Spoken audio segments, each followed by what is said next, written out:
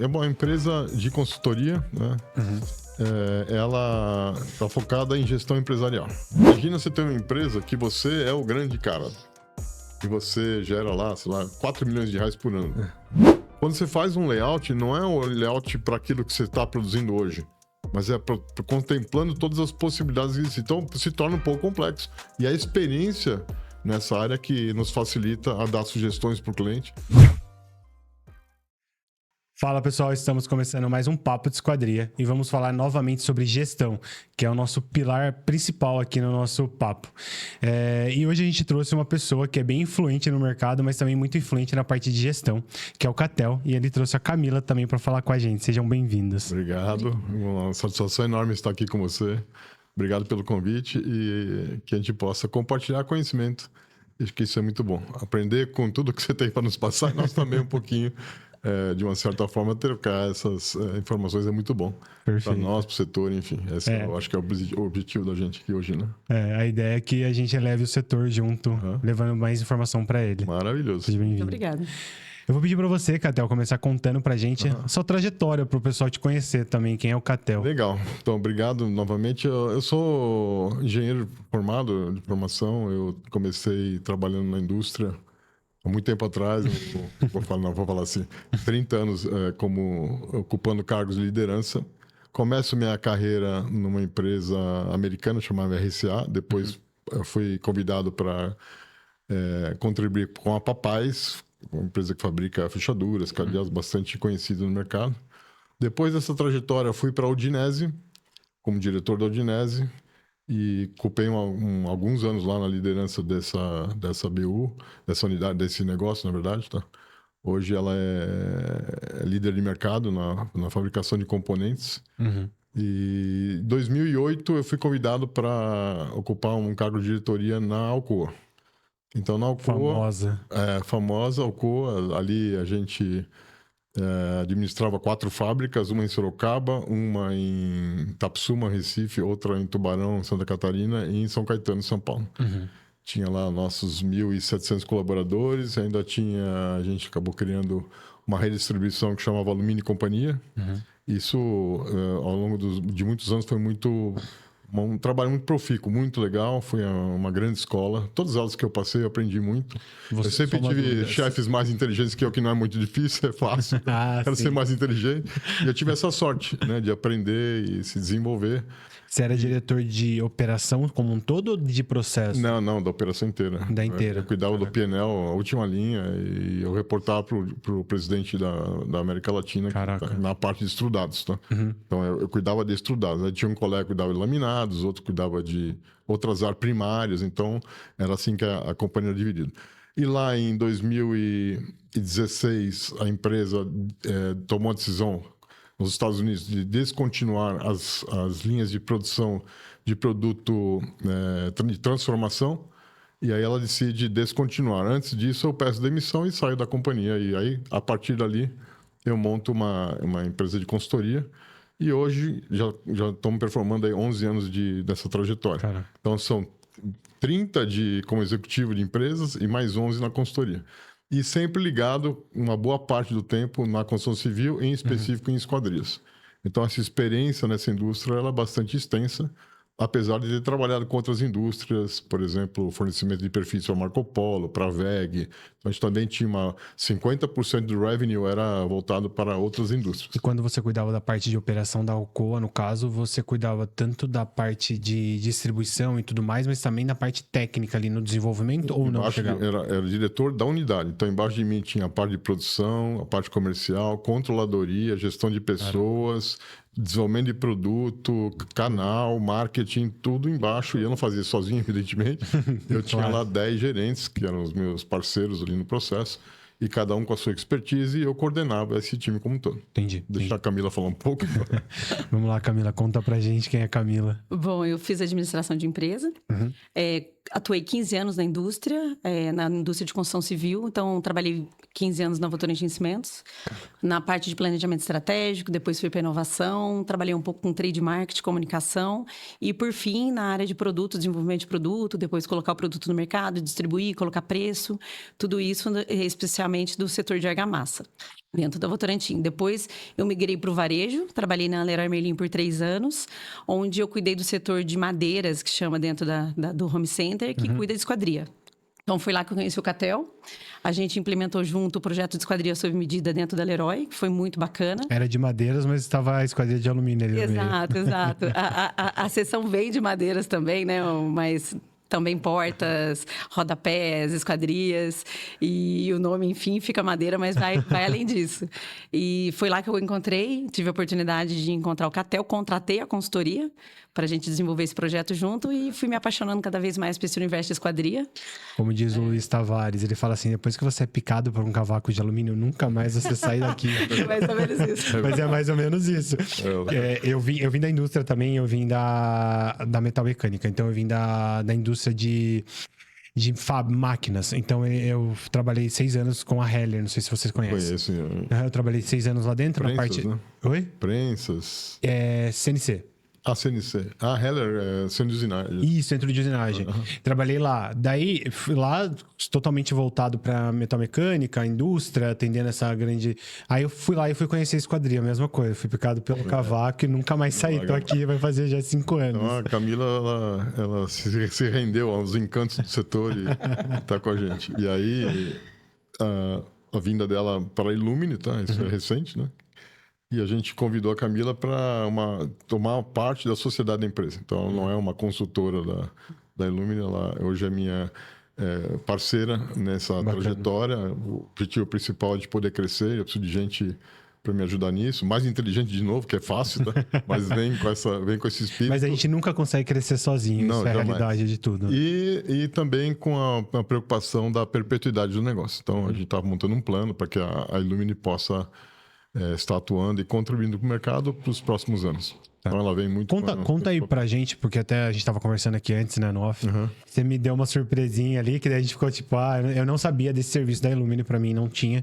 Conta pra gente o que a Illumine faz, até pra gente poder conhecer a Illumine mesmo. Legal.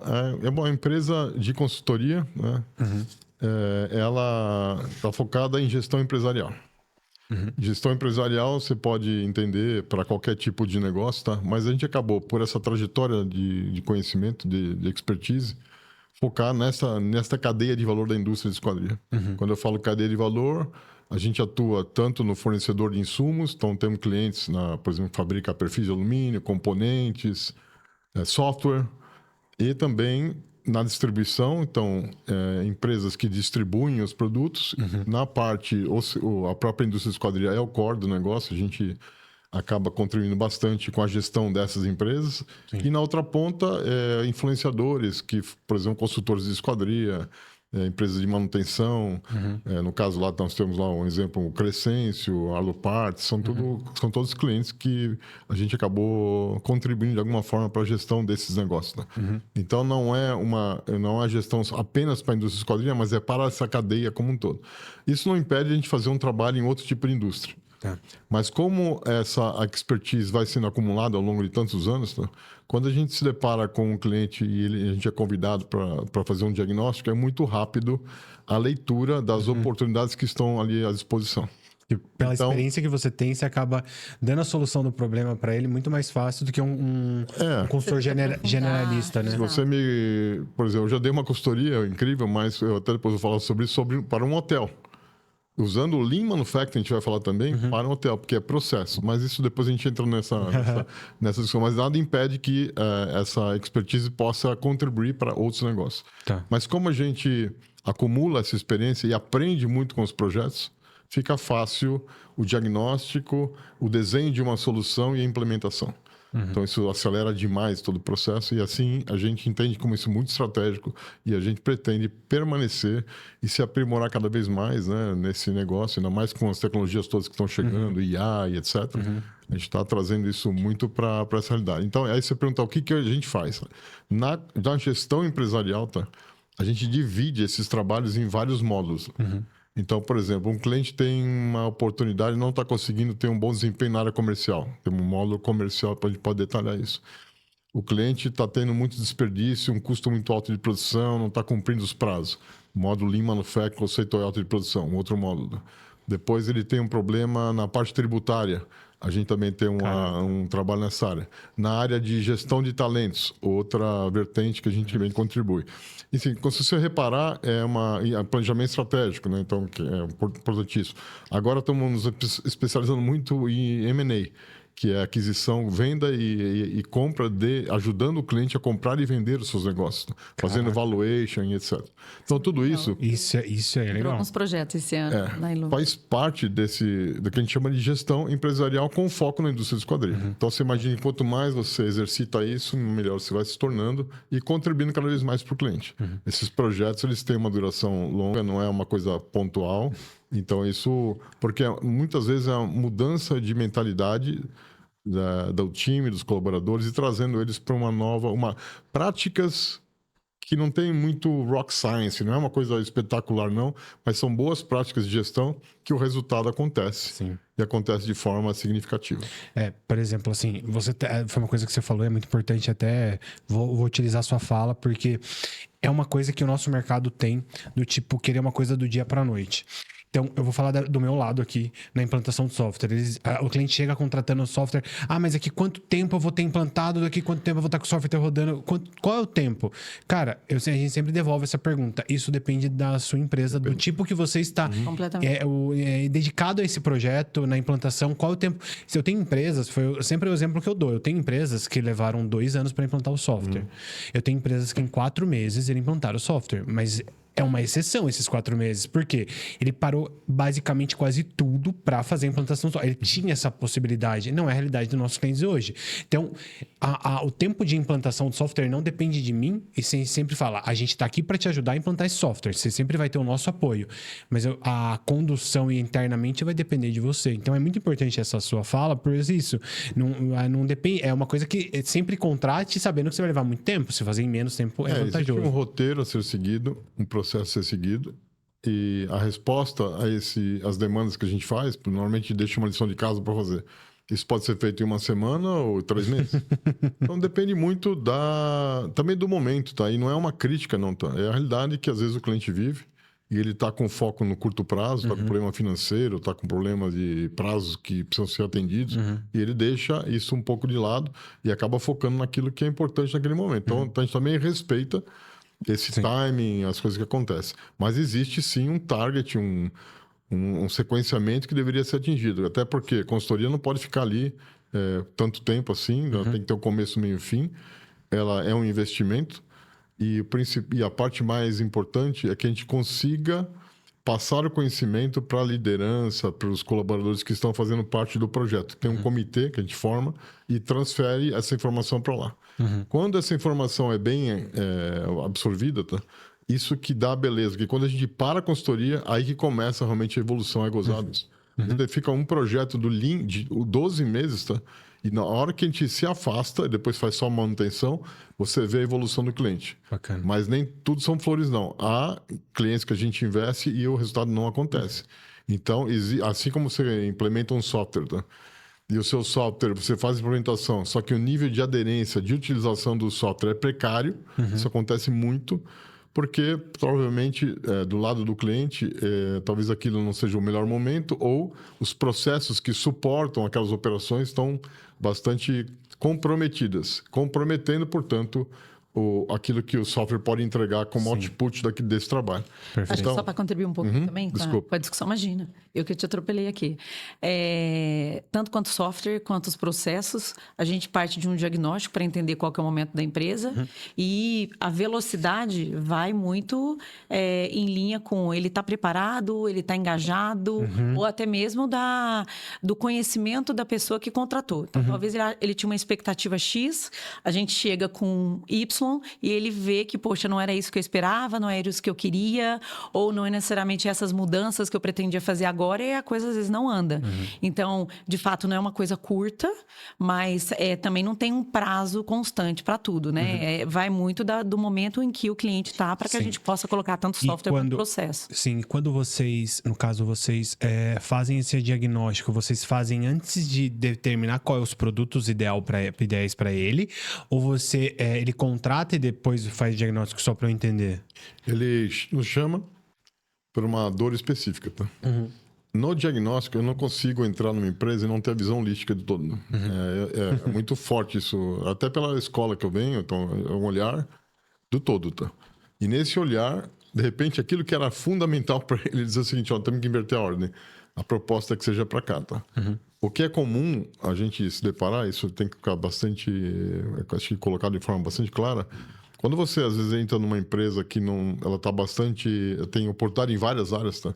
Existe um anseio, uma vontade do empresário, às vezes, de atacar tudo de uma vez. E a gente, normalmente, não vai por esse caminho. Porque a gente depois não consegue abraçar, tá? Às vezes eu tenho um talento que eu tenho que trabalhar com ele e ele vai estar envolvido em 2, 3 projetos. Tocar o dia a dia e ainda implementar as coisas que precisam ser feitas, tá? E isso é um dos motivos de grande insucesso. Quando você tenta abrir muitas frentes. Às vezes é muito melhor você fazer um trabalho consistente numa área, comemorar os resultados, observar aquela evolução e depois partir para outra. O resultado observado principalmente na percepção de valor do cliente dele, tá? Se tudo que nós fizermos não agregar valor na ponta, o teu software, o que quer que seja, tá? Se a gente não conseguir tornar aquilo um diferencial para a companhia dele, tá? Não faz muito sentido. Então, assim, às vezes precisa ter a paciência de percorrer um caminho e até pela capacidade de investimento, né, de abrir várias frentes. Isso não é simples, não é fácil. Sim. E a gente respeita também essa questão cultural, a questão de capacidade financeira, o tempo necessário. E é muito melhor acho que tem uma evolução constante, mas que ela seja profícua e que ela seja permanente. Né? Porque você dá um passo, depois quando você volta e olha lá para trás de novo, voltou tudo para trás. E é comum, tá? Sim. É comum avançar, depois retroagir, infelizmente. Mas a gente depara com várias situações. Depara com um cliente que pede exatamente o módulo. Olha, eu quero um módulo de planejamento estratégico porque eu quero fazer com que minha empresa fature 3 vezes mais daqui tantos anos. E aí você vai lá fazer o diagnóstico e, de fato, é exatamente isso que ele precisa. Isso. Eu quero um módulo para poder equalizar minhas contas e eu acho que é o Lean. Aí você vai lá, não necessariamente não é o Lean. É um módulo financeiro para ele começar a enxergar o custo de uma maneira mais limpa. Então, depende. O cara já vem com alguma coisa que ele quer e realmente aquilo, ou ele vem com Mas diagnóstico vocês fazem amplo. Esse diagnóstico antes de oferecer o produto? Antes de oferecer. Eles nos solicitam, dependendo, ele já vem certeiro do que ele quer e muitas vezes ele acerta, ou ele já vem, olha, eu quero alguma coisa aqui de vocês, sei que vocês ajudam a indústria de esquadria, vem aqui ver o que de fato eu preciso. E o diagnóstico é sempre feito antes da proposta ou até mesmo antes de iniciar o trabalho, obviamente, né? Para poder entender o que de fato a gente precisa implementar naquela indústria. Mas pelo fato de estar sempre navegando na mesma indústria, fica fácil o diagnóstico. Sim. Não é fácil, mas fica mais... E eu estou falando... mais rápido. E respeitando a segmentação que existe nessa indústria. Por exemplo, a indústria que faz caixilho padronizado, o outro faz esquadrias de alto padrão para casas horizontais, obras horizontais, aquele que faz residencial vertical, aquele que faz fachadas AAA comerciais, tá? Então, independentemente dessa segmentação do tipo de produto, a gente consegue ter um diagnóstico, porque nós passamos por todas elas, tá? Então, temos clientes em todas essas áreas. Todas as áreas. Então, quando eu chego numa indústria de padronizados, que o cara fabrica 500 peças por dia, fica claro algumas coisas que estão ali, claro, assim... Que são são dores pertinentes daquele tipo de modelo de negócio. Exato. Então, por exemplo, você está produzindo, a hora que você está produzindo, faltou a rodana, faltou o vidro. O que acontece? Esse olhar é muito fácil de entender olhando para a sua perspectiva do módulo Lean. Tá? Então, fica muito claro o que tem que ser feito em termos de processo, porque vai pegando um gancho com aquilo que você entrega, que é o software. Tá? Eu tenho lá a gestão dos insumos que eu tenho que comprar, e o sistema faz maravilhosamente isso. Faz a solicitação, faz o pedido, depois o material chega errado. Então, o software fez o trabalho dele, só que a biblioteca de engenharia estava furada, né?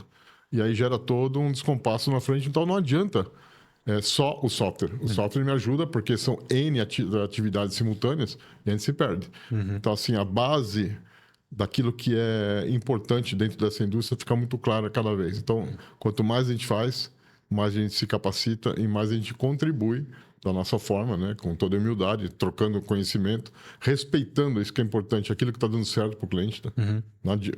Cara, se tem um processo que está indo muito bem, para que você vai contratar um serviço para melhorar? Vamos se apoiar nele para alavancar outras coisas. Tá?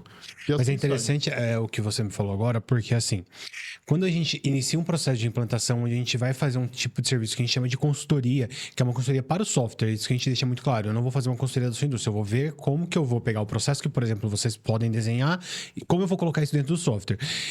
A primeira fase que a gente, quando está fazendo esse trabalho, é exatamente trabalhar com o que a gente chama de validação de projeto. É o quê? Ver se o banco de dados de projeto seu é realmente como você trabalha. Por quê? Porque senão depois, lá no estoque, compras, produção, vai dar problema e você vai falar, nosso software é ruim. Não é o software que é ruim. Lembra que lá no início eu falei para você que a gente precisava fazer esse trabalho de validação? A gente precisa fazer essa validação porque vai impactar custo, vai impactar em estoque, compras, produção, vai impactar em tudo. Então não é porque eu, Osmir, ou eu da Veto Premium, quero colocar, fazer essa fase logo no início, não é porque eu quero, é porque eu sei, pela minha experiência, que vai dar problema lá na frente. Então, sinceramente, o que a gente faz? Alguns clientes a gente faz assinar um termo, que de responsabilidade dele, que ele vai pular essa fase e ele vai se responsabilizar pelos problemas que vai dar lá na frente. Porque a gente sabe que vai dar esse problema. Quando você... Com certeza. Quando você apresenta isso tudo, a leitura para o empresário é óbvia, é cristalina. E ele entende isso claramente, porque ele entende muito mais o negócio do que você e do que eu junto. Cara, é da área. Então. Sim, sim. Mas o que acontece? Não é uma questão só de apontar e ter o entendimento. Agora nós vamos entrar na parte de execução. A execução, meu amigo, aqui pega, tá? Porque eu tenho que tocar meu dia a dia, eu tenho que ter as pessoas certas no lugar certo, eu tenho que fazer isso numa cadência, eu tenho que botar isso numa ordem. E a consultoria, ela entra muito por aí. Na capacidade de ajudá-lo a executar, apontar, ter os indicadores e ver a evolução de tudo acontecendo. Então, assim, não tem... O Catel, você vai na minha empresa e vai identificar os prós, eu já sei quais são elas.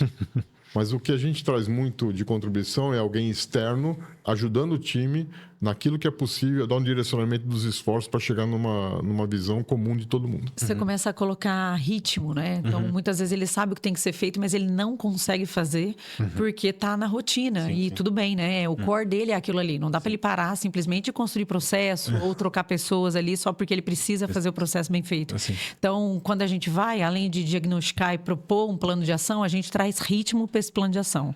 Então, muitas vezes trocando alguma pessoa que está ali, se for necessário, colocando alguma a mais e ritmando as ações para que de fato ela aconteça. E em algumas exceções a gente até executa. Então, isso é necessário. Porque, por exemplo, assim, foi o que a gente estava conversando antes de começar a gravação. Acontece muito da gente, no início da implantação do software, eu entender que, cara, você pergunta pra pessoa, quem faz isso, quem faz isso, quem faz aquilo outro, quem faz aquilo outro. Ele repete a mesma pessoa 3, 4 vezes. Cara, ele não vai conseguir fazer. Não, ele consegue. Não vai conseguir fazer. A gente para a implantação no meio, tem que travar a implantação no meio, por quê? Exatamente o que eu te falei. Cara, vocês falaram pra mim um trabalho que vocês executam, que eu acho que é o... Não sei se é o grande diferencial de vocês, mas é um dos grandes diferencial, porque eu tenho até o que tem um conhecimento enorme no mercado, que eu posso chegar para ele e falar, cara, eu preciso de alguém que cuide do meu PCP, eu preciso de alguém que cuide da minha gestão de estoque.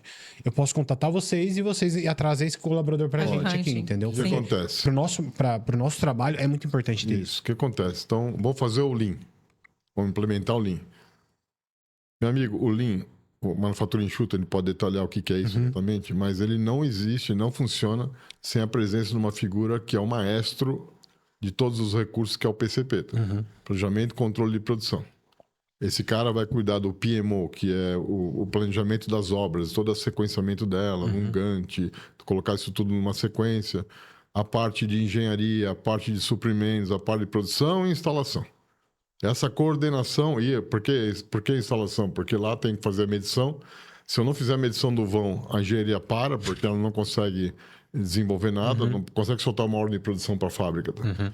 Então, esse cadenciamento e essa conexão de todas as áreas é feito pelo PCP. Legal, aí eu chego num cliente e ele nos contratou para a implementação do Lean, porque as dores identificadas, as oportunidades que estão ali, tá? Ele já faz o trabalho. A empresa dele tem 25 anos, tá? Veio até aqui, então, como é que... Não, é que tem uma forma talvez melhor de fazer, com um custo mais baixo, com um nível de assertividade e prazo melhor, que é usar essas ferramentas. Bom, e aí eu preciso desse homem, tá? E quando eu olho para a estrutura dele, internamente, tem um cara lá que eu consigo desenvolver e trabalhar. Ótimo. Às vezes não tem. Quando não tem, a gente faz o hunting, ou seja, a gente vai buscar no mercado um profissional que tem as características, os skills, a experiência necessária para ter aderência ao escopo de trabalho de um coordenador de PCP. E a gente traz o profissional, a gente faz uma análise comportamental, toda a dinâmica normal de hunting, de RH. Depois faz uma entrevista técnica, isso tudo dentro da Illumine, tá? E depois apresenta para o cliente 3 alternativas, ele vai fazer a entrevista e escolher aquele profissional. Ele entra com um nível de assertividade e de sucesso muito maior. A probabilidade de dar errado é pequena. Tá, ainda a gente dá uma garantia de 60 dias, se der um problema, por alguma razão tiver que trocar, a gente vai fazer a busca de um novo profissional dentro de uma garantia. Então, esse é um dos serviços que a gente presta, e isso eu não estou falando de produção. Posso falar da área administrativa, da área de RH, da área de controladoria, projetistas, todas as áreas. Eu acho que é uma coisa que calha muito no nosso mercado, porque eu tô à frente de implantação de diversas empresas. Imagina. Então, hoje, o Premium, a gente está com 150 empresas dentro do Premium. Que bacana. E é uma dor muito grande de todos ali, achar o profissional ideal. Mesmo que ele tenha, às vezes, eu vou ser sincero, ele tem lá internamente um RH muito competente, muito bom para fazer todo esse trabalho. Mas o diferencial seria o que a gente tem. Você tem um diferencial de ter os contatos e saber o perfil que você precisa, porque você sabe a execução do trabalho que ele vai fazer. Exato. Então, quando vem a entrevista técnica, ela é muito pautada naquilo que eu sei que vai precisar. E ele não vem. Se o cliente faz essa busca, ele não sabe exatamente onde vai parar o projeto. Tá? Como a gente já passou por ele sabe qual é o perfil que deveria ter, que tem mais aderência, adesão àquilo que vai ser feito. Perfeito. Isso, por fato de fazer tantas vezes, acho que hoje é a terceira linha de receita da companhia hoje, né? A gente acabou criando uma notoriedade desses profissionais. Então, alguém que quer trabalhar também na área acaba nos procurando, e assim é um ciclo virtuoso, tá? Nesse sentido. E a gente consegue, né, de certa forma, fazer isso de uma maneira mais rápida, porque, querendo ou não, a gente criou um banco de dados. Então, a gente começa a procurar para alguma vaga específica, você acha até a pessoa certa, mas ele fala, poxa, não quero mudar agora, quero mudar o ano que vem, ou para essa cidade eu não quero ir, se você vê uma oportunidade em outra, eu vou. Então, a gente já tem ali quem, de certa forma, a gente poderia já movimentar olhando só para o banco de dados interno. Isso é a nível nacional, tá? Tá, perfeito. Eu e a Camila, vou ser bem sincero, a gente é criança no mercado comparado com a Tel.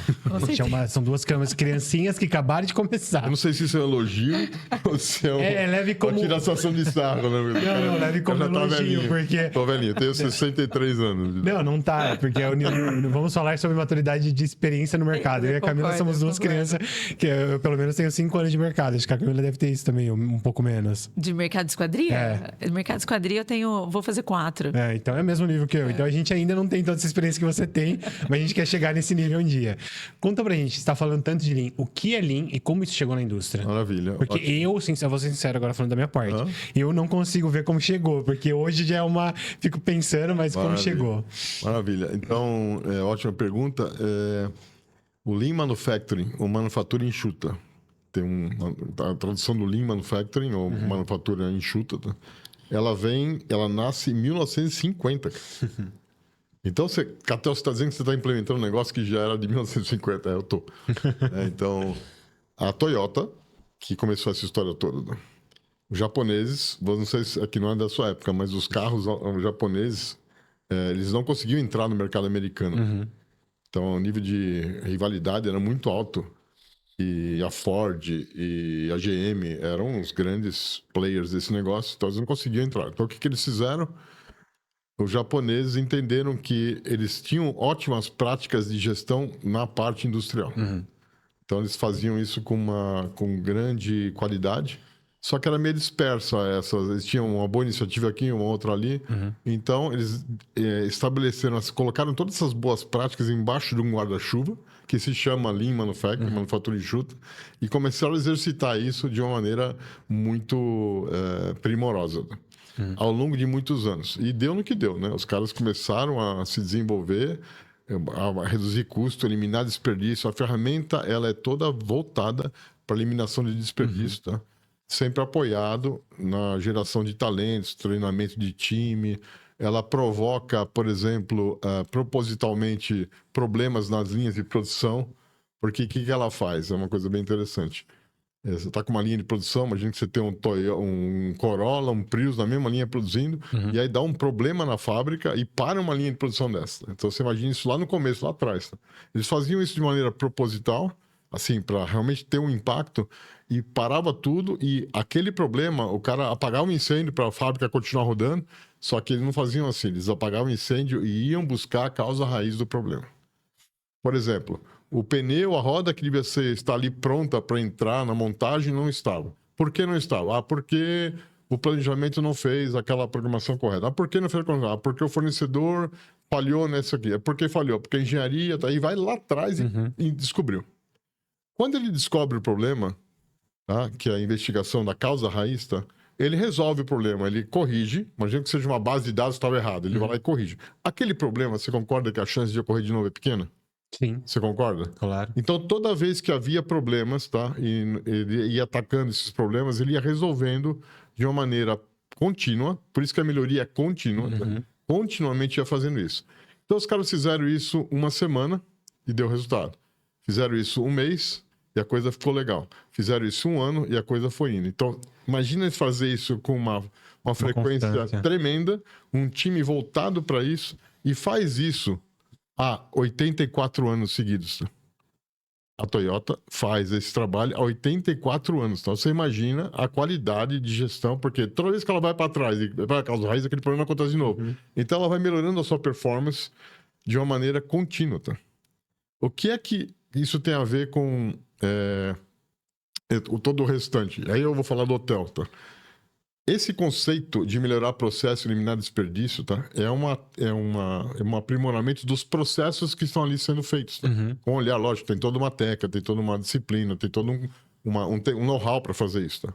Só que esse conceito se espalhou pelo mundo todo, e aí a própria GM hoje usa, a Ford, todo mundo usa, mas não a indústria automobilística, todas as indústrias. A Embraer, por exemplo, que faziam os seus aviões em box de montagem, hoje ela trabalha em linha de produção, linha contínua, tá? Então, tudo isso foi contaminando de maneira positiva a indústria. O que aconteceu? Se expandiu para a área de serviços, tá? Hoje você tem hospitais que trabalham com o conceito Lean, de manufatura enxuta, de melhorar processo continuamente, laboratórios, escritórios, né? Vários escritórios, a parte hoteleira também, a própria construtora, todos voltados para isso numa área de serviço, de modo que você vai aprimorando esses conceitos, sempre buscando uma melhoria contínua. Então, a ferramenta é essa. Bom, e daí? E a esquadria? Como é que funciona isso? Então, a gente lá na Alcoa recebeu esse treinamento da Toyota, numa parceria que houve entre a Alcoa e Toyota, no mundo, 200 fábricas recebendo conceito, e a gente, como engenheiro, também acabou absorvendo esses conceitos e aplicando, por exemplo, no nosso caso, nas fábricas de extrusão, nas fábricas de anodização, pintura, a gente usou muito esse conceito, a gente acabou adquirindo esse know-how, e quando eu montei a consultoria, lá atrás, tá, nós aplicamos esses conceitos para essa indústria. Então, a gente fez um desenho aonde cabe nessa indústria várias boas práticas de gestão. A gente eliminou aquilo que não cabia dentro desse segmento e trouxemos aquilo que é essencial para a produção. Então, por exemplo, gerenciamento diário de produção. Essa é uma ferramenta do Lean que é aplicada nos clientes. Então, o que acontece? Uma reunião de 30 minutos, 10 minutos para ver como é que foi o dia anterior, 10 para ver o que vai fazer hoje, 10 para resolver problema na fábrica de pé num painel, ou seja, para que nós estamos olhando lá o que vai ser produzido. Se nós estamos lá olhando o que vai ser produzido, alguém programou a fábrica. E a programação da fábrica foi feita através do PCP. E a fábrica, e isso é uma grande oportunidade de melhoria, tá? A fábrica e a produção, ela é puxada, ela não é empurrada, tá? quem puxa a toda a produção são as obras. Tá? Então, através do gerenciamento semanal de carteira, que é outra ferramenta do Lean, a gente consegue dar o sequenciamento correto para que aquilo ocorra. Perfeito. Então, existem muitas ferramentas que a gente implementa ao longo de um ano de trabalho e a gente vai passando esse conceito, a empresa vai adquirindo, vai se aprimorando e assim a coisa vai evoluindo.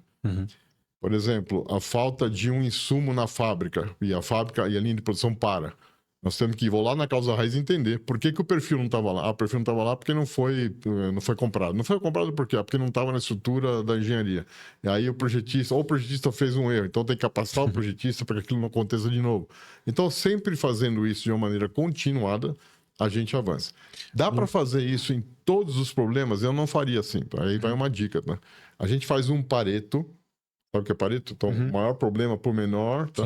Então, a gente ataca o maior problema. A gente faz o MASP, que é a ferramenta que a gente usa para buscar a causa raiz, tá? A gente elimina o maior. Esse eliminado, vamos para o segundo. A gente não ataca todos de uma vez, não tem braço para fazer isso. Tá? Lembre-se, estamos tocando dia a dia, tá? Então a gente faz um, eliminou.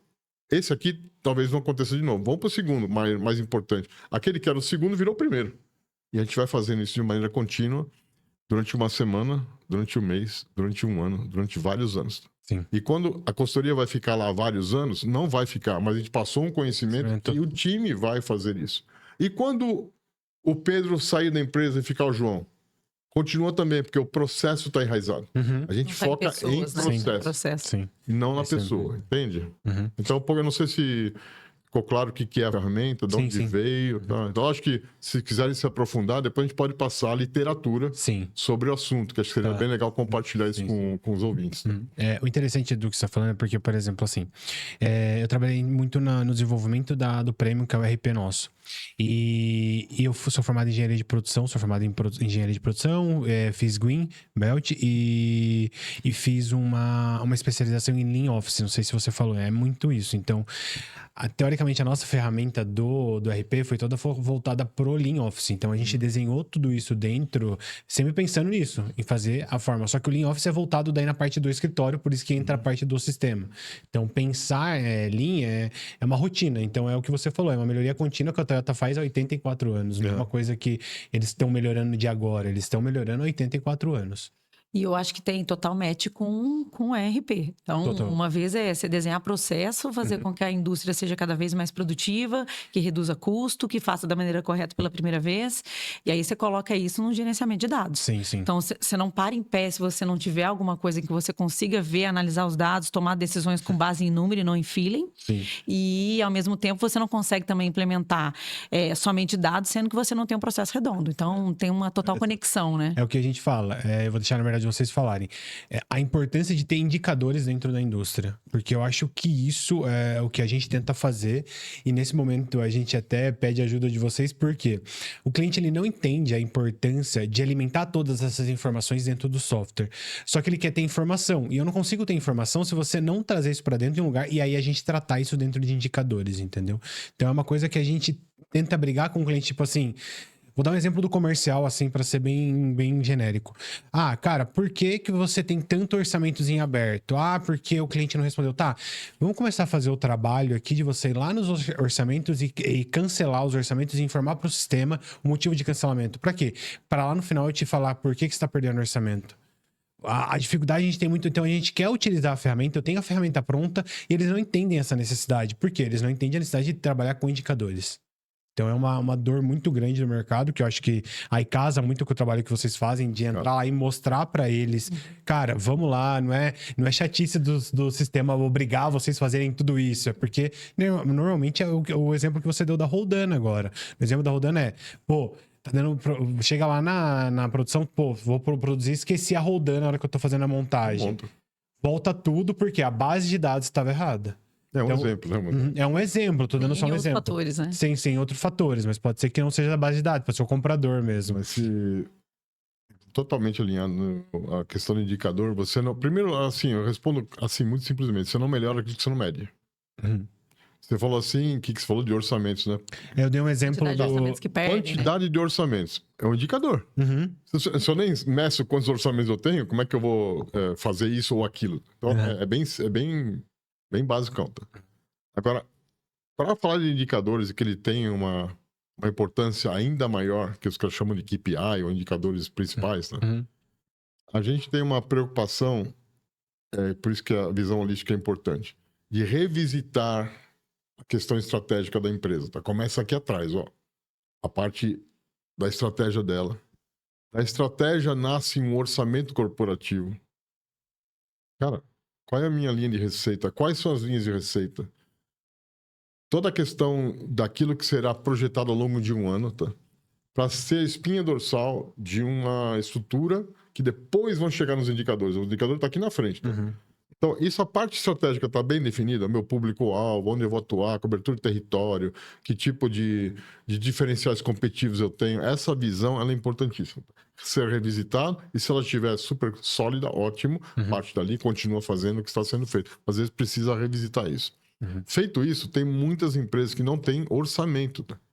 Orçamento corporativo. Quanto eu vou faturar, qual é o nível de imposto, qual é o meu custo variável, qual é o meu custo fixo, qual é o EBITDA que vai gerar, qual é o resultado que vai gerar. Para quê? Para que eu possa saber que se eu vou ter recursos para fazer investimentos ou não. Posso comprar um caminhão? Eu posso botar uma ponte na minha fábrica? Posso pagar uma consultoria para fazer Lean? Eu não sei. Eu estou no escuro sobre esse processo. Eu só fico fazendo a gestão, muitas vezes, pelo caixa. Eu olho como está meu caixa e acho que eu estou bem ou estou mal. E não é bem assim, a gente tem que entrar. Então, o orçamento é a base de tudo. Do orçamento nasce o que a gente chama de balanço scorecard, né? Que são 4 principais dimensões ali: pessoas, financeiro, processo, enfim, tudo isso e cliente, né? Tudo isso colocado dentro de uma perspectiva daquilo que a gente quer alcançar, para suportar o orçamento, para suportar a estratégia, né? Desse balanço scorecard saem indicadores, aí tem 2 tipos, tá? Tem o pessoal chama de OKR e tem aqueles que chamam de KPIs. Tá? Então, só tem esse OKR é assim, vou traduzir. Imagina que você está dirigindo o carro, o OKR é saber para onde o carro vai. Então, é um indicador, são poucos, 3 no máximo, tá? Que mostra para onde a gente quer ir e a gente persegue isso para chegar naquele local. E os KPIs é o velocímetro. Eu estou a 120 por hora. Eu preciso medir que eu estou a 120. Se eu tiver a 130, eu vou tomar multa. Então, eles são importantes, mas eles são mais importantes se eles estiverem conectados com uma estratégia, com um orçamento e que faça parte de um conjunto como um todo. Por exemplo, eu estou com um problema de prazo de entrega para o meu cliente e o meu absenteísmo é muito alto. Índice de falta na fábrica ou nas áreas administrativas, não importa. O meu indicador de absenteísmo ele é muito alto. Então, em primeiro lugar, esse indicador é um indicador que naquele momento é importante. Ele está suportando outras coisas, que aumenta a percepção de valor do meu cliente através de uma entrega mais assertiva. Então eu coloco esse indicador como algo importante. Sim. E eu vou acompanhar. Se eu não meço, como é que eu vou melhorar? Então eu tenho que saber, o meu indicador esse mês foi 3,5%. Eu vou baixar isso para 3% no mês que vem, quem sabe eu chego no fim do ano com 2,5%. Então eu vou buscar esse processo medindo. Como é que eu faço sem ter um indicador? Então, aquilo que eu não meço, eu não consigo melhorar. Sim. Mas eu vou medir tudo. Eu vou medir aquilo que é importante para suportar a estratégia, o orçamento e o scorecard.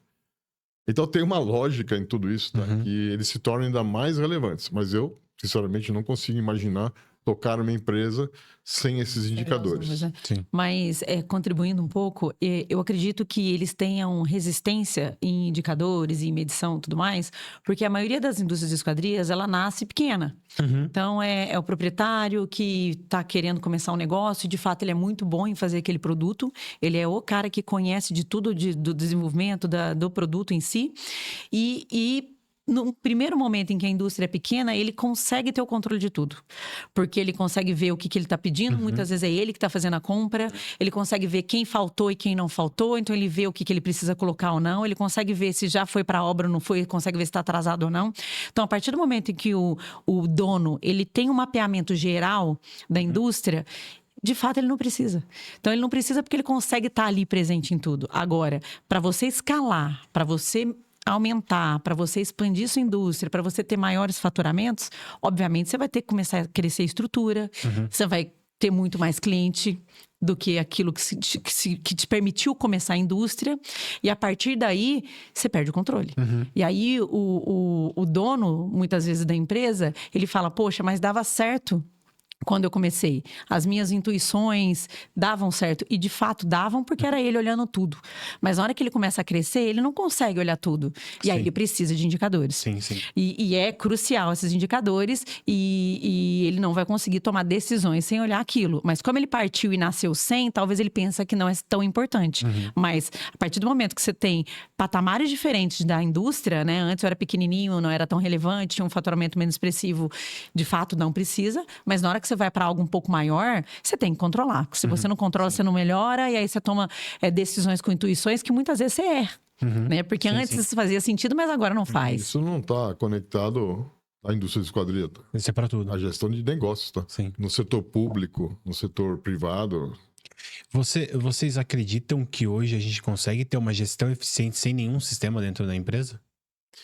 Olha, é possível, talvez no começo. No início. Bem no começo. Bem no início. E aí nasce. E isso é uma coisa interessante que você está perguntando, porque parece que é possível seguir nessa rota e tendo alguém vai pensar, mas eu tenho um custo na minha mão, eu não vou investir tanto nisso aqui, tá? Mas a partir do momento que começa a avançar, começa a aparecer os problemas, tá? Alguém pode imaginar que essa indústria é uma operação simples, tá? Ela é extremamente complexa. Sim.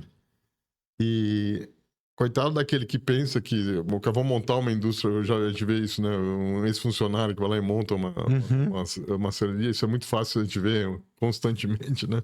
E acaba nem sempre dando muito certo. Porque a complexidade das operações, eu diria até que ela está páreo para uma grande companhia, tá? Ela tem as mesmas necessidades que uma grande operação. Claro que com uma dimensão menor, com uma frequência menor, com impacto menor. Mas passar por todas as áreas, tá? Para que uma porta seja instalada num prédio, numa edificação, tá? Cara, você passou por todos os processos, né? Lá na aquisição, na análise da engenharia, na aquisição, o fornecedor que você homologou, que é o teu parceiro. Aliás, esse é um parênteses que eu abro aqui, tá? Há uma preocupação muito natural de se entender no foco do cliente na ponta, tá? Só que se esquece de olhar para o foco dos seus parceiros, tá? Você não faz nada sozinho, assim. Sim. Então é fundamental ter as parcerias. Software é uma delas, insumos para fabricação é outra, e tratar com mais inteligência e de uma forma estratégica esse olhar para quem é teu parceiro é fundamental. Fecha parênteses. Sim. Então, assim, esse processo todo ele tem um valor muito grande, tá? E ele precisa ser entendido que é complexo e, portanto, sistemas vêm para ajudar, vêm para tornar esse processo fluido. O que nós buscamos aqui, a gente vê muita perda de resultado econômico e financeiro, tá? Pela não cadência das operações. Começa eu fico com capacidade ociosa, aí eu vou para a obra, eu tenho problemas de instalação. Lembrando, e por que ele é tão complexo assim? Porque a maior parte das variáveis eu não controlo. Eu não controlo se o meu cliente tem um problema financeiro, ele para de me pagar. Tá? E como é que eu faço? Eu paro a fábrica e como é que eu vou administrar isso? Então, essa visão do todo... Então, aí, por exemplo, na área comercial pode ajudar muito. Você tem um CRM muito bem estruturado, que te permite você ter um funil de vendas, que consegue achar alternativas para poder neutralizar algo que não está dando certo. Então, a gestão ela é feita olhando e tomando cuidado que as variáveis que vão me afetar, elas existem. Então, você não vai controlar.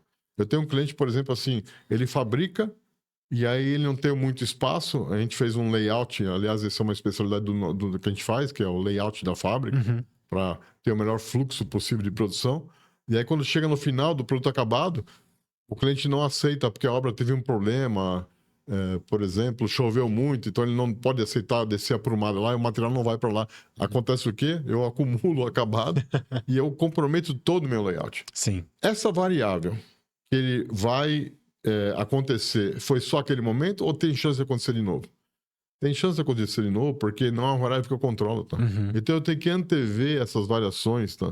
Para poder contemplar num layout algum pulmão que eu tenho que absorver sem comprometer o desempenho de fluxo dentro da minha produção. Entendi. Então, quando você faz um layout, não é um layout para aquilo que você está produzindo hoje, mas é contemplando todas as possibilidades que existem. Então, se torna um pouco complexo. E a experiência nessa área que nos facilita a dar sugestões para o cliente e trocar ideia, né? Um layout nunca a gente faz sozinho.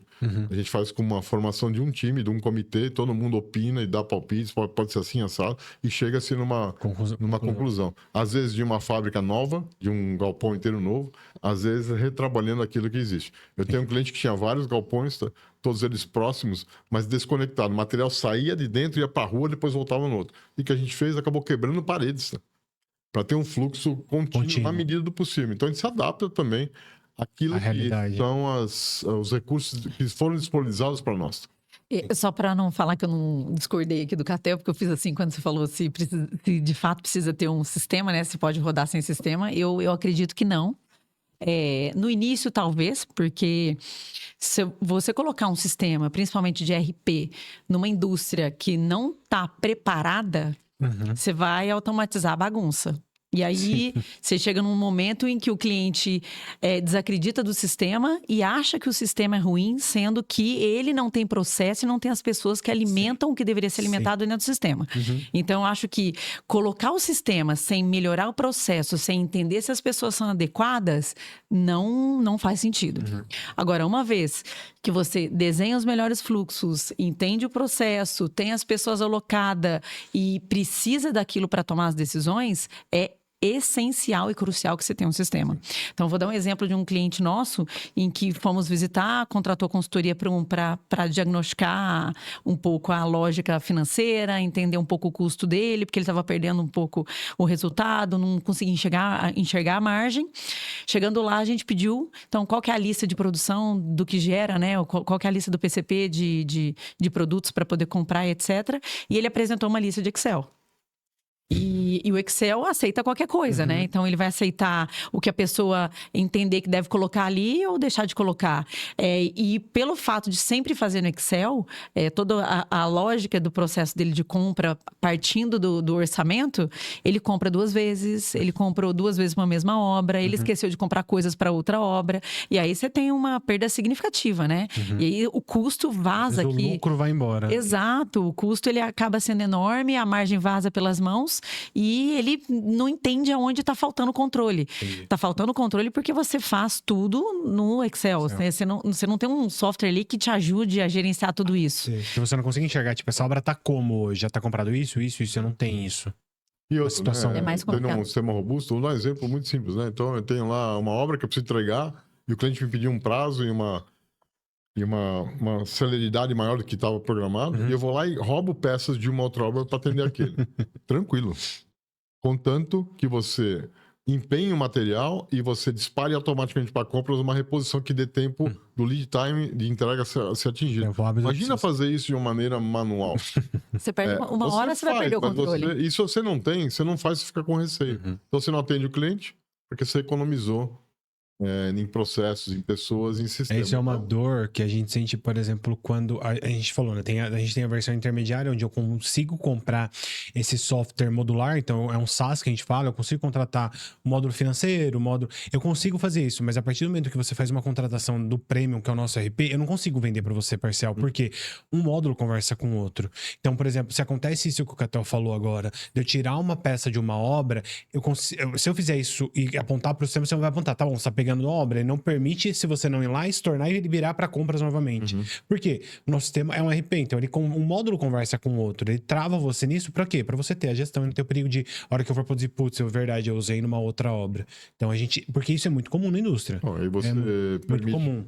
Você permite que alguém da produção tire o material, pega as barras, tá? Só que você não tem um processo robusto para que ele saber que ele tem uma rotina e uma disciplina a ser cumprida. É um ponto. O software não faz milagre. Mas é um ponto importante que você Na hora que ele for montar, ele for usinar, na verdade, ou for cortar o material não tá lá. E aí o prazo está correndo e eu vou começar a pedir para alguém me fornecer o material. E aí normalmente, quando você quer apagar um incêndio, o custo é maior. Se você fizer isso com uma frequência grande, o teu custo da obra, a margem que você imaginou que fosse ganhar, a margem de contribuição daquela obra, ela vai sendo corrigida. Vai ser reduzindo. E depois, quando você olhar, e aí vai chegar lá no final assim, pô, mas não deu resultado. Eu trabalhei, e o resultado no fim do mês, ou do semestre, ou do trimestre, não aconteceu. É negativo. E a hora que você vê a soma de vários insucessos, tá, que são promovidos por um descontrole ou até não a precisão que deveria ter. Então, investir em processo ele é primordial. Tá? E investir em processo não é tão simples. Porque você tem que estar com a pessoa certa, você tem que entender qual é o processo. E o processo tem que suportar a estratégia da companhia. Tem que estar linkado àquilo que eu quero atingir. Então, é sempre bom ter um olhar primeiro, assim, de ver qual é o propósito da minha companhia, né? Qual é a estratégia, qual é o orçamento. Vindo nessa sequência é que dá a importância cada vez maior para aqueles indicadores que vão garantir que o carro está a 120 por hora e não está a 140 ou 80. Pro local certo, né? O local certo é o OKR, aquele indicador, assim, onde eu quero chegar. Então, você estabelece 3 e o teu time começa a perseguir aquilo. Tá? Então, um pouco por aí. Quais são os desperdícios mais comuns que você enxerga hoje dentro da indústria de esquadria?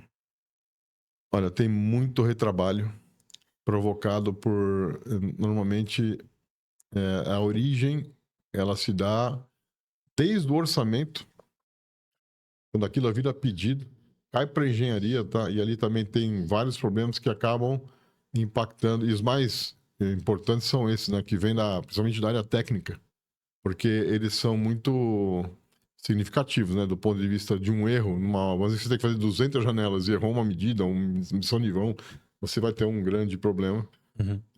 Isso acontece com bastante frequência. Fábrica também, são várias questões, mas se eu perguntar o mais importante, tá? Eu vejo muito nessa informação que não chega completamente adequada para aquilo que tem que ser feito. E não chega, imagina que eu tenho um problema na engenharia, informação não chega correta para a área de suprimentos. Eu compro o material errado. Eu faço uma especificação, ele vem errado. Não estou dizendo que o problema, assim, mas na engenharia é muito comum acontecer problemas nessa ordem. Depois, lá na ponta, na instalação, também existem ali descompassos importantes que acontecem nesse processo que vai para o campo. Que são 3 fábricas, você sabe, né? Sim. Que a fábrica são divididas em 3, não? A fábrica de esquadria são 3 em 1. Já contei isso, não? Não. Vou contar aqui para você. Tem a fábrica que produz a janela, eu corto, usino, pré-monto, monto, e faço expedição, ponho lá no caminhão e vai embora. Essa é uma fábrica. A outra fábrica é a instalação. É um outro mundo. Outra expertise. Sim. Outra equipe. Muitas vezes são terceirizados. Então eu delego a responsabilidade do produto para um terceiro. E eu não cuido disso. E o cliente percebe o valor da peça instalada. Ou não é assim? Claro. Tá. Então essa é a segunda. E a terceira qual é? A engenharia. Eu não faço, por exemplo, esse produto aqui igualzinho e vendo milhões de peças iguais. Eu faço uma vez a engenharia e vendo milhões de peças de uma maneira repetitiva, numa produção seriada. Cara, cada obra é um projeto. Se cada obra é um projeto, ele passa necessariamente pela engenharia. Então a engenharia tem que ter uma capacidade de produção que tem que estar equilibrada com a capacidade da fábrica 1 e com a fábrica 2. Se eu tiver um descompasso aqui, a fábrica fica em espera, ela não opera. Se eu tiver a mais, eu também não resolvo. Então, uma boa prática, só para você ter um indicador, esse é um indicador importante assim no Lean. Por exemplo, eu tenho ordens de fabricação. Se eu tenho ordem de fabricação na mão da coordenação da produção, eu consigo produzir, certo? Porque ali está a informação. Sim. Se eu não tenho, eu paro. Então, uma boa prática é ter pelo menos de 2 a 3 meses de ordem de fabricação na frente da fábrica. À frente da fábrica. O cara está trabalhando um negócio aqui, só que eu estou com 2 meses já com ordens de fabricações definidas pela engenharia. Esse é o mundo ideal. Porque se tiver um erro, eu consigo reagir sem perder a cadência na produção e na instalação, para cumprir os prazos. Né? Sim, sim. E se um cliente, por exemplo, não me paga, e eu não vou produzir, eu vou segurar a produção, porque né, aí eu entro com uma outra ordem de fabricação que já está pronta, e eu substituo aquela produção, eu não perco tanta custo industrial que estava lá alocado. Lembrando que o custo de produção ele é flat, normalmente ele não contém muita variação, você consegue no máximo hora extra, férias, você consegue alguma flutuação. E a área comercial é assim, né? É uma senoide, esse é um negócio bem complicado. Então, a gente, para conseguir conciliar as duas coisas, você tem muita inteligência por trás, e muita dessa inteligência vem do PCP. Sim. Vem dessa coordenação toda. Né? E o que às vezes acaba tendo linkando com a sua pergunta, um desperdício de perfil. Então, muitas vezes, pela falha na engenharia, você acaba comprando muita coisa ou, enfim, não aproveitando como deveria aquele perfil e ele acaba sendo colocado lá de lado. Na maioria das indústrias de esquadrias que a gente chega, ele mostra todo o estoque de perfil e ele fala, tá tudo vendido. Todos esses perfis estão vendidos.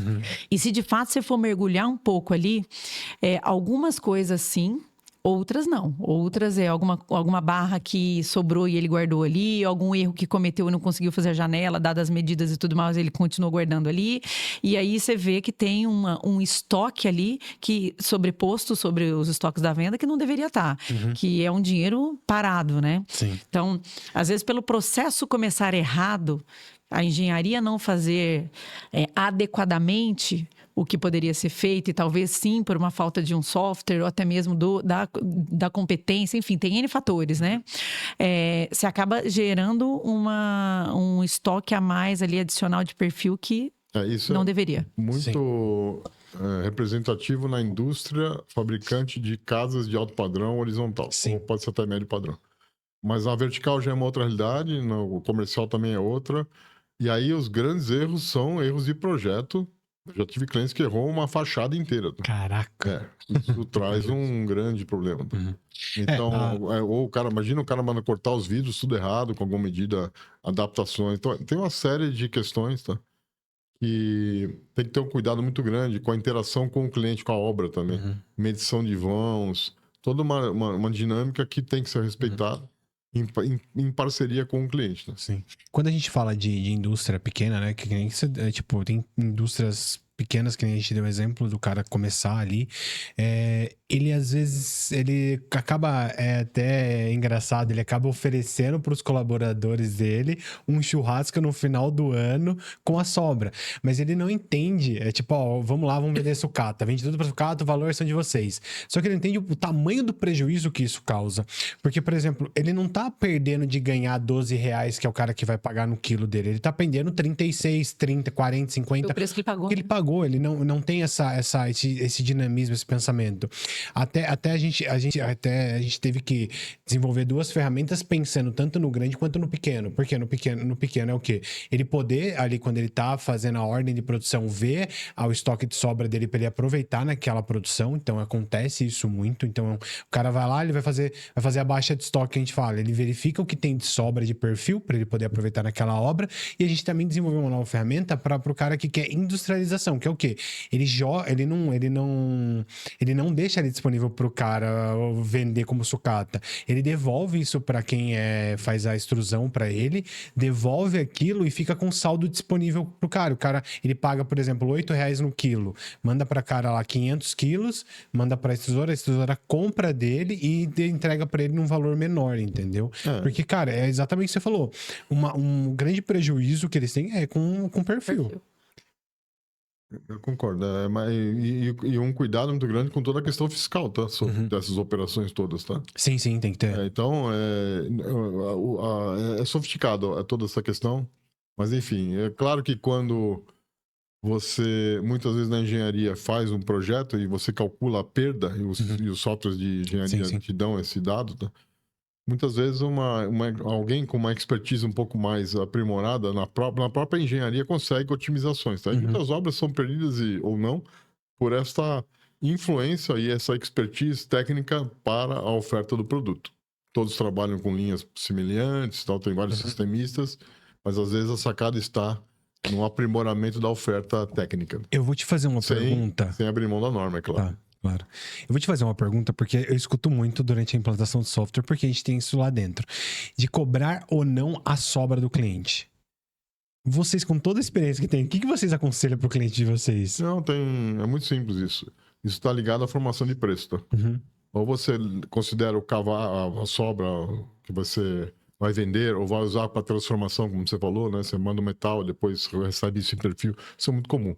Lá no Alcoa a gente recebia muito material, o cara ficava com crédito. É uma conta corrente normal, tranquilo e muito, muito comum dentro do setor. Na formação do preço, tá? Que você vai formar o teu custo para poder fazer um levantamento de materiais, você calcula custo variável, custo fixo, todo o critério de rateio das áreas, tá? Para formar o preço, botar o markup, chegar no preço olhando para os impostos. Sim. O material, ele pode ser considerado nesse cálculo ou não, tá? Um material que que é a perda. A sobra. A sobra. Então, vai dar. Nessa obra eu tenho 15% de perda. Então, esse valor, tá? Eu vou saber, eu sei que eu vou vender isso depois, tá? Uhum. Eu considero ele no cálculo ou não? Se eu não considerar, o que vai acontecer? O meu preço de venda vai ficar um pouco mais agressivo, tá? De repente eu não consigo fazer aquela venda daquela forma que eu coloquei. Uhum. Às vezes, pela pressão em nível de rivalidade, o material entra no cálculo para eliminar um pouco o custo para chegar num preço de venda mais competitivo. Uhum. Então vai depender muito do nível de rivalidade, não tem uma regra. Claro. Mas a regra clara é que tem que considerar Esse valor de sobra. valor, e isso é muito importante. Quanto maior for a perda, pior. Porque alguém pode achar, não, mas é bom, não é bom, não. Quanto maior a perda, pior, porque você gastou um monte de obra, você gastou um monte de coisa para fazer a operação. Uhum. Então, a otimização dos recursos ela é muito importante. Para quem corta a placa de vidro, é a mesma história. Uhum. Não é só o perfil, tá? Para quem faz os aproveitamentos de ACM, é a mesma lógica. Tá. Então, quanto menor a perda, melhor. E a perda pode entrar, então, no cálculo de precificação. Isso é uma outra ferramenta que a gente usa muito e ajuda o cliente a formar preço de uma maneira que tenha sustentação e que esteja suportada pelo orçamento corporativo. Lá tem um preço, tem uma margem de contribuição que tem que ser perseguida, não está solto. Uhum. Porque ao fazê-lo, eu vou chegar no resultado do final do ano. Ah, eu vou ganhar 3 milhões no final do ano de margem na última linha. Ok, é isso que nós vamos perseguir mês a mês ao longo de todo o processo. Tá. Mas essa planilha de formação de preço que o Catel falou, que a gente inicia quando vai falar de questões financeiras com o cliente, tá lá, tá o percentual de perda que a gente coloca dentro da formação de preço dele, Sim, né? sim. Tanto isso, quanto o preço da sucata, quanto o coeficiente de erro. Uhum. E aí, dado essa competitividade que ele quer ter ou não no mercado, ele escolhe. A gente indica Uhum. colocar, mas se ele falar, poxa, meu preço já tá um pouco maior, eu preciso de mais margem, etc., a gente analisa com ele se faz sentido deixar ou não. Por exemplo, assim, você falou agora, eu acho que eu não tô respondendo tão errado assim para meus clientes.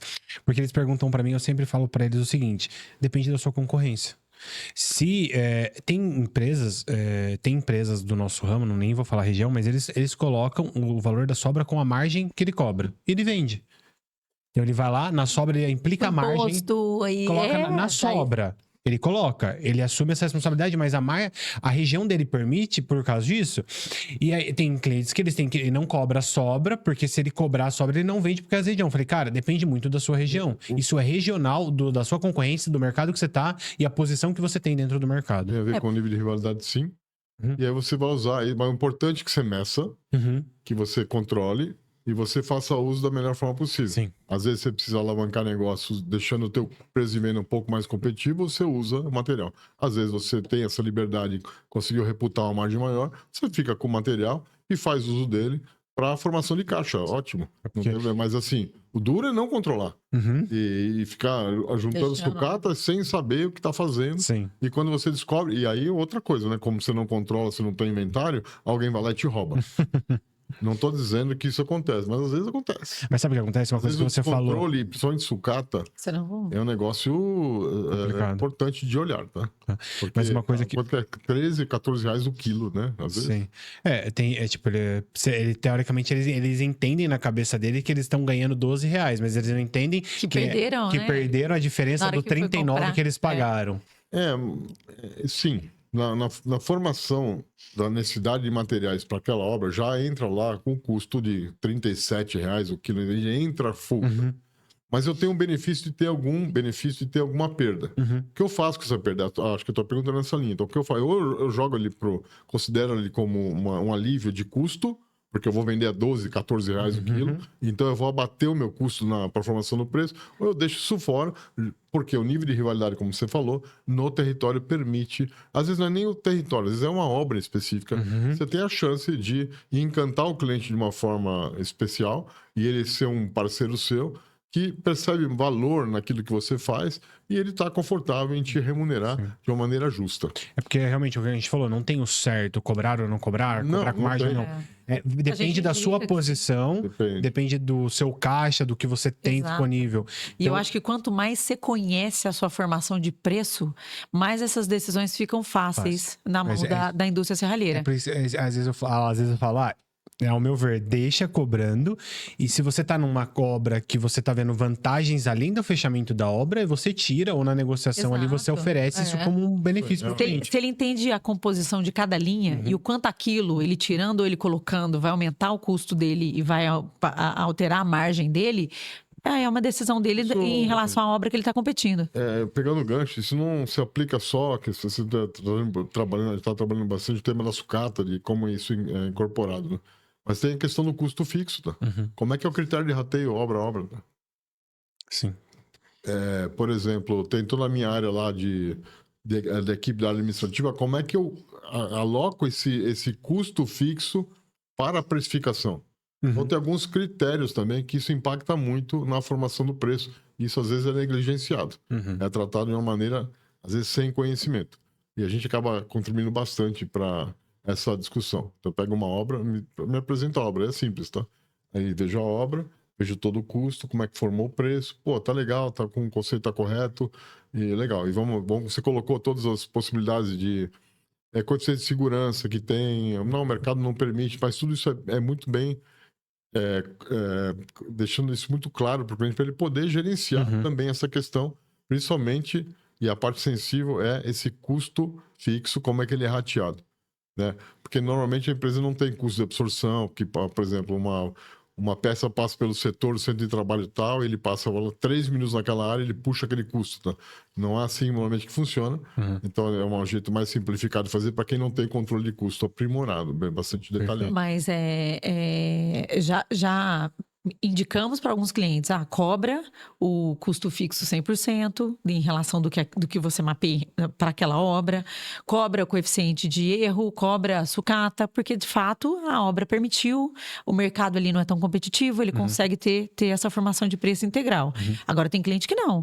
Eu vou colocar só 80% do custo fixo, né, que cabe para aquela obra, porque eu vou abrir mão de 20% que eu preciso ser um pouco mais competitivo. Então, portanto, também não vou colocar o que me sobra, muito menos o coeficiente de erro, etc. Então, eu vou insistir nisso, né? Uma vez que você conhece a sua formação de preço e sabe o quanto cada linha contribui para a sua margem, para o seu preço final e etc., você consegue decidir o que entra e o que sai. Né? Então, tá gerindo a empresa também sob essa perspectiva. Sim.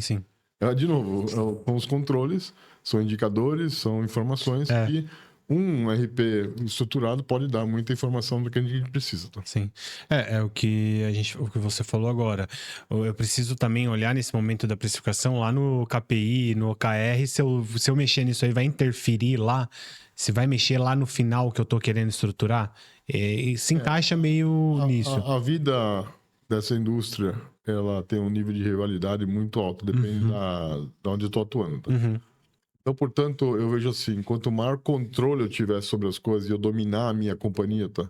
Mais eu consigo fazer movimentos, às vezes, agressivos numa área, mas eu vou ser compensado pela outra, então eu gerencio isso dessa forma. Quando você não tem o controle, você entra no desespero de fechar negócios para poder formar caixa, para poder pagar a folha no dia 5, tá?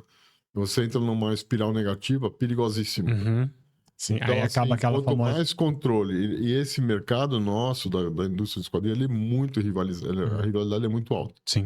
Por isso que eu tenho que escolher o movimento correto, ter parceiros muito do meu lado, forças que eu falo, os fornecedores, tá?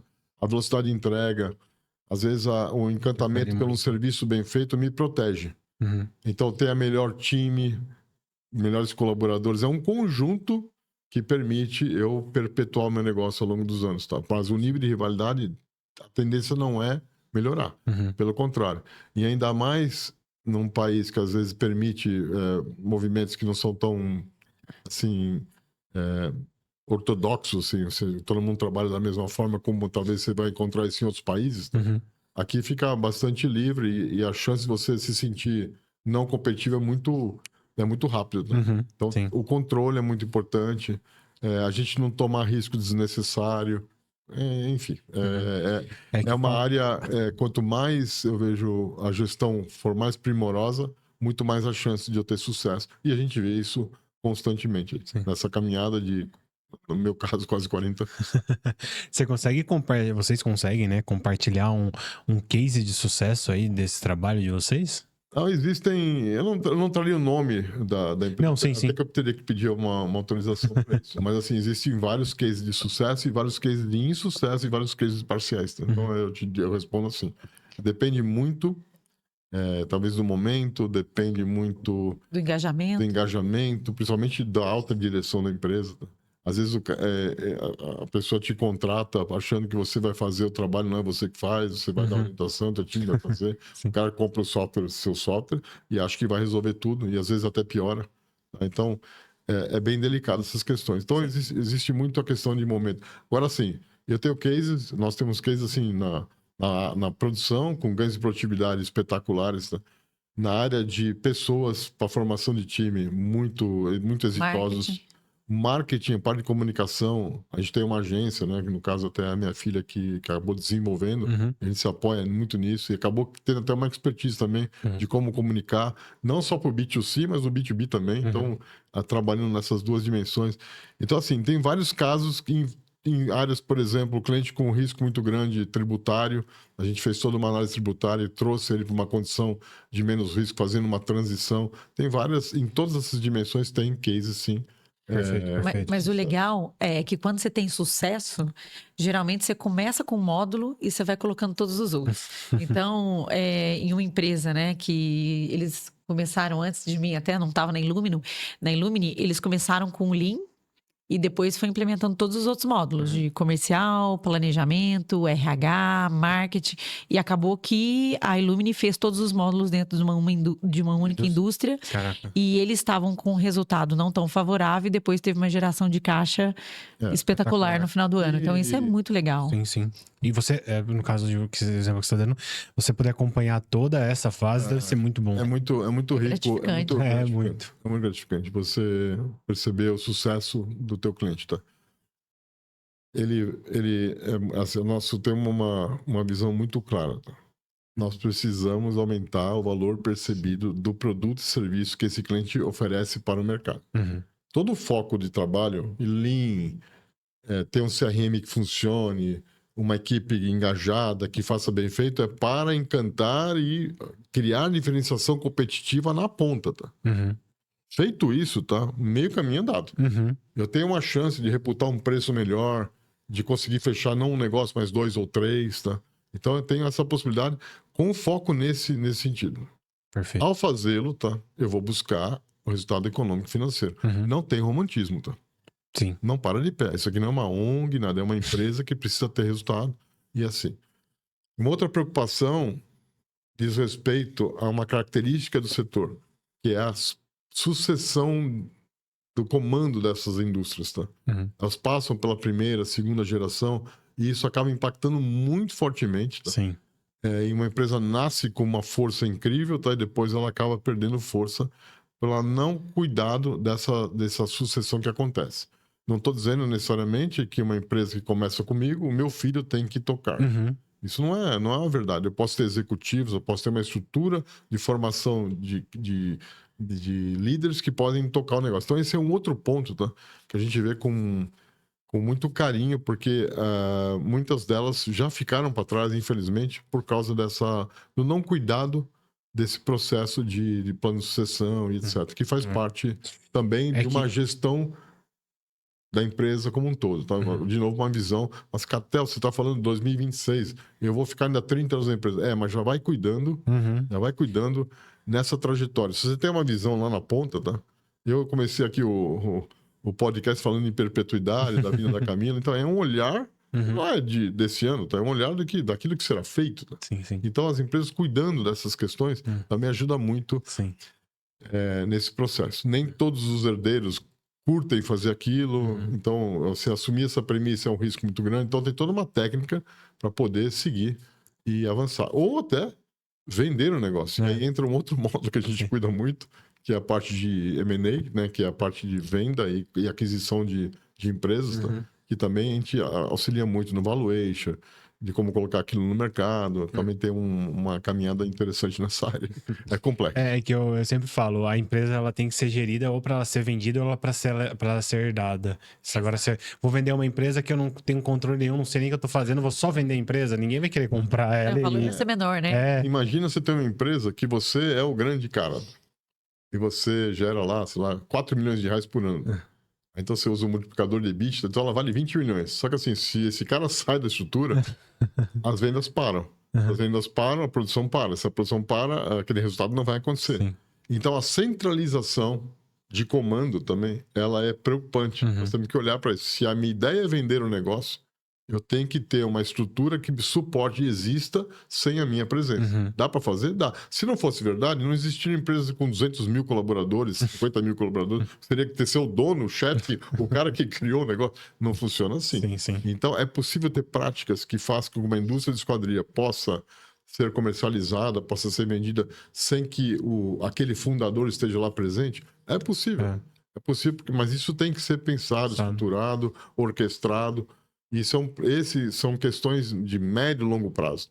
Existem aquelas de curto, por exemplo, a implantação de um Lean em curto prazo, assim, um ano, 2 você está fazendo, mas existe aquela visão corporativa de onde eu quero chegar, o que eu quero fazer. Sim. Mas eu acho que o sonho de qualquer empresário, né, e isso inclui a indústria de esquadria, é que a empresa seja vendida e bem vendida, sim, né? sim. E não existe isso se você não cuidar, se você não gerir, se você não controlar os dados, se você não tiver automatização dos processos. Então, tem que ser olhado e tem que ser visto, porque senão na hora que você quiser desacelerar para uma possível venda, se você não tiver bem ali estruturado, as coisas não acontecem. Ou acontecem, mas com um preço muito inferior àquilo que você poderia vender. Como é que é o valor de uma empresa? Como é que você chega ao valor de uma empresa?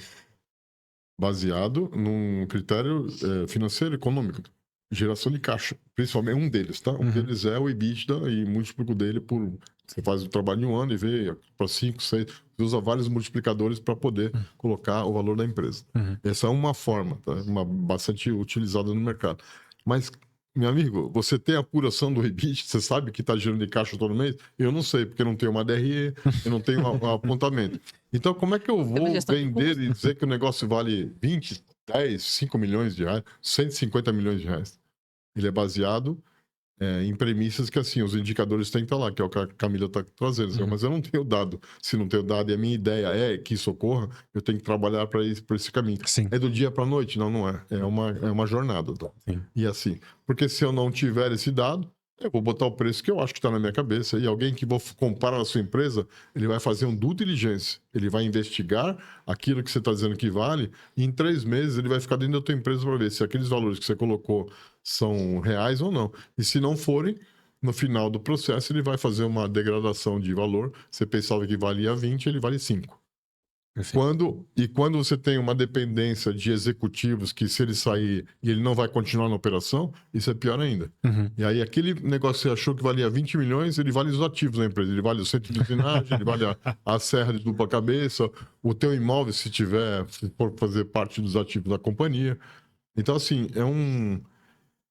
são olhares que a gente provoca nessas consultorias para que discute isso, principalmente na área de diagnóstico, e entende a cabeça do empresário nesse sentido. Tem cara que dá show, ele já fala, tá tudo definido.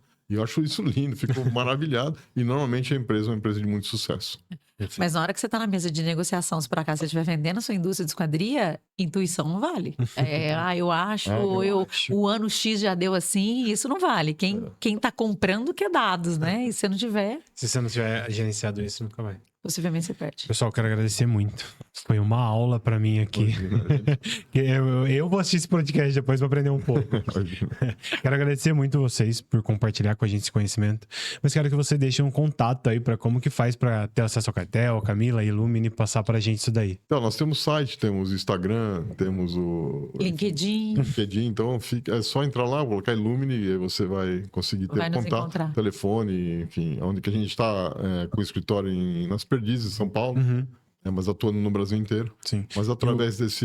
O escritório, por exemplo, se alguém quiser visitar vocês, podem ir até o escritório. Perfeito. Pode fazer o diagnóstico lá, conversar lá. Às vezes o cliente quer uma coisa mais reservada. Imagina a empresa que está pensando em vender. Ah, E você tem uma reunião dentro da tua companhia para discutir isso. complicado. Acho que não é muito... Então tem esses espaços que a gente pode oferecer para trazer todo o conforto para as discussões que porventura se façam necessárias. Então tem aí as mídias sociais para poder nos achar e vai ser um prazer enorme poder conversar, tomar um café. A gente é bastante... tem um conhecimento e estamos à disposição de contribuir. Estamos fazendo isso há algum tempo já e sempre que a gente vê o sucesso dos clientes, a gente fica muito feliz. É o que nos move. Sim. A remuneração, ela é uma questão, é uma consequência de um bom Foi trabalho. bom trabalho. A gente valoriza muito a realização, o reconhecimento pelo trabalho e a remuneração em terceiro lugar, nessa ordem. Aliás, isso é uma premissa de como o talento enxerga as coisas. Né? Você pode ter um colaborador super... bem remunerado, mas se ele não está realizado, a chance de retê-lo é muito baixa. Então é nessa hora. E nós, como companhia, também temos essa visão Perfeito. de contribuir, ver o sucesso e o que nos... Você falou de case de sucesso, né? O maior case de sucesso é aquele quando a gente para e o cliente continua se desenvolvendo. Ou então o trabalho foi bem feito. Sim. Ou você tem uma indicação, né? Então a gente gera muita indicação. Isso é legal, porque quer dizer que você fez um belo trabalho ali dentro. Né? O cara te indicou. É muito lindo isso aí, tá bom? A gente que agradece. Obrigada. Muito obrigado. Fiquei muito feliz. Gostei muito de participar desse papo de esquadria com você. Perfeito. Tá Obrigado, bom. pessoal. Obrigado, muito obrigado. Pessoal, quero agradecer novamente a eles. Quero falar que a gente tá disponível. Se vocês quiserem um contato do Carlos, depois ele deixa liberado aqui para enviar para vocês. Mas fica o convite para vocês assistirem esse papo de esquadria que foi muito bom. Obrigado.